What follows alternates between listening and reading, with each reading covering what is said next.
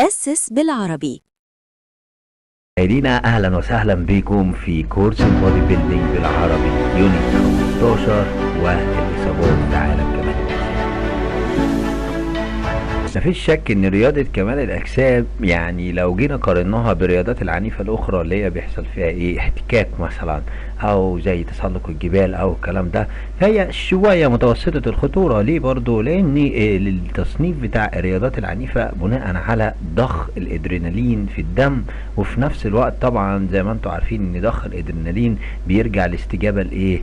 للخوف وارتفاع بعض مستويات الدوبامين والاندروفين والسيروتونين، وده طبعا طبقا للجهد المبذول. على الرغم ان هي مش رياضة احتكاك، لكن بتضع حياة اللاعبين لخطر كبير من الاصابات، خصوصا الاصابات العنيفة. ليه بيحصل الكلام ده؟ لان احنا قلنا رياضتنا معتمدة على الوزن العالي او التنشن العالي على العضلة. الموضوعات اللي هندرسها هنا ان عشان نعمل اكسرسايز عندنا حاجة اسمها لود بروجريشن، يعني الحمل يتدرج ازاي يا جماعة، عشان نبقى عارفين ايه النسبة اللي انا اقدر احطها للوزن وازود ازاي ومعايير قد ايه. الريبيتيشن برضو لان زيادة التكرارات قد تؤدي الى اصابات. الفوليوم بروجريشن يعني امتى اضيف سيتس وامتى اقلل، امتى 4 يعني امتى العب 4 مجاميع، امتى العب 5. والدنسيتي بروجرام والاكسرسايز بروجريشن امتى انتقل من البرو سبليت مثلا واروح العب الابر لور، وامتى الكلام ده كله، لان ده كله مسؤول عن تحديد تنشن مختلف على العضله وقد يؤدي الى اصابه. هناخد الانجريز المشهوره في كمال الاجسام، بعض الارشادات المهمه جدا. خليكم معانا الناس المهتمه بكمال الاجسام. يلا بينا نبدا الحلقه.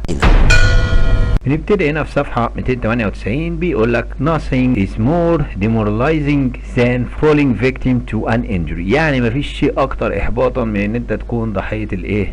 الاصابات. طبعا كلنا بنتمرن، كلنا عايزين نستمر، كلنا لنا احلام واهداف، لكن كونك انك تقعد عاجز او ان انت ما تقدرش تكمل تمرينك بتبقى محبطه شويه للاعيبه بتاعتنا، عشان برضو تبقوا عارفين. تعالوا نشوف يعني ايه اكسرسايز. التمرين ببساطه هو المحفز طبيعي للتغيير الفسيولوجي والنفسي للجسم، تحفيز الغدد الصماء ان هي تبتدي تنتج بعض الهرمونات المهمه. هايبرتروفي از اشيفد، بتتحقق مبدا التضخم او تضخم العضلات. ليه؟ لما انا بعرض العضله لحاجه اسمها ايه؟ الماسل ستريس، وده طبعا بيحصل نتيجه الايه؟ ان انا بحط لود اكسترنال لود، حمل خارجي عليها، فبتبتدي العضله ايه؟ عشان تتكيف مع الوزن دوت يحصل عمليه ايه؟ الضخامه العضليه. ولازم عشان نقدر نعمل ده لازم تشتغل بالطريقتين، بطريقه الكومباوند ورك اوت، الايسوليت ورك اوت. احنا عايزين نحقق حمل زياده خارجي، نعمله ازاي عشان يبقى بالعقل كده وما يحصل لناش اصابات؟ فبيدي لك هنا اللود بروجريشن. اللود بروجريشن ان انت تبتدي تضيف وزن على البار بتاعك او بالدنابل مثلا. عشان اقدر اعمل ده بيدي لك مثال هنا، يقول لك لو انت تقدر تلعب 4 مجموعات. أسس بالعربي.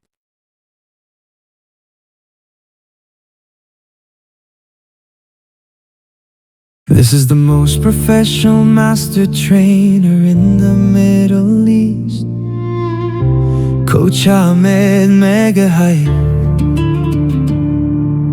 founder of Oso's Bella Rabi, a movement built to spread real fitness knowledge, helping other trainers learn the right way. Through sanity to nutrition, to